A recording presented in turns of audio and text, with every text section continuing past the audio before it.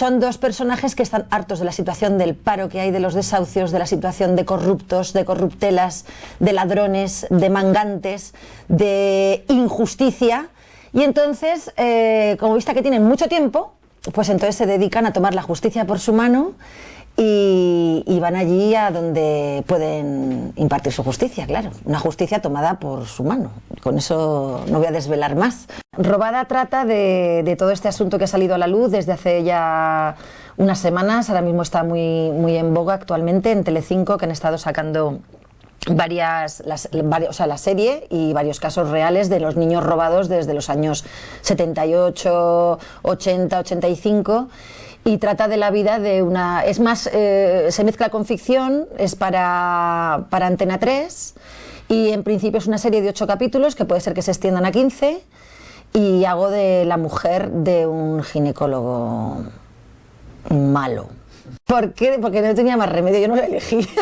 Ojalá pudiera haber elegido, pero nada, yo desde pequeña me encantaba la actuación, me sentía muy a gusto, puse todo el empeño en hacer la carrera, en estudiar, en formarme sobre todo.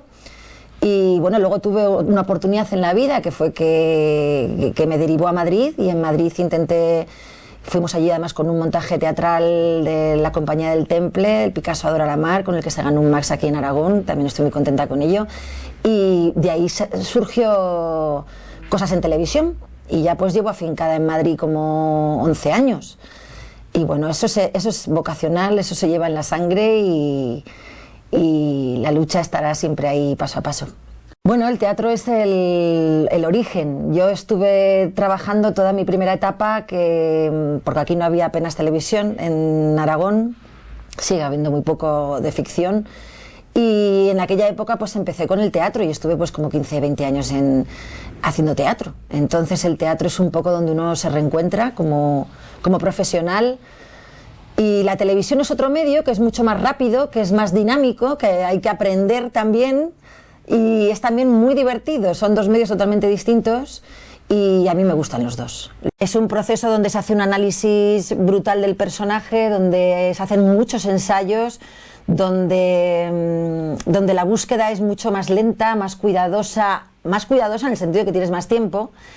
Y el medio de televisión, para gente que no hace protagonistas, te estoy hablando yo que hago papeles que son secundarios, es un medio que ya una vez que te conocen te llaman y dicen ya, o sea, hay que saberlo hacer y en ese momento hay a una toma o dos y te vas para tu casa. En teatro yo me iría al de Dora Maar, al amante de Picasso, que fue un papel protagonista, fue el que más me resultó difícil porque estaba absolutamente una mujer con una personalidad abrumadora, pero al fin y al cabo acabó detrás de lo que es el genio de Picasso que le destrozó la cabeza. Entonces era un arco de personaje muy grande. Es el que más me costó y es el que más disfruté. Escoger el texto, ver las situaciones en las que estás, ver todos los personajes que están alrededor, ver la edad, la época, el momento y luego intentar, obviamente, siempre ponerle a cada personaje. Había un profesor de interpretación que tenía que decía siempre, aunque no sepáis por qué ni cómo, el misterio. Que parezca misterioso, que parece que hay algo que estáis escondiendo. Entonces hay que buscarle siempre tu propia historia a ese personaje que no te han contado todo de él, sino que tú se la pones personalmente. Pues soy maestra, hice turismo, soy camionera porque me saqué el carnet de camión cuando iba con la compañía de teatro, ahora me monto una tienda de ropa de segunda mano.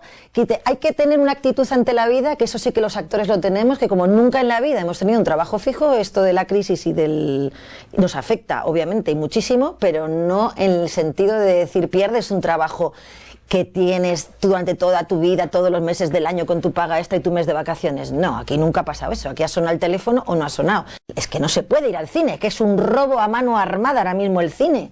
O sea, no hay dinero, la gente no tiene dinero, o sea, no se puede poner un servicio de cultura en el que tú tengas que pagar para ir 2 personas a 20 euros, o sea, es un dineral.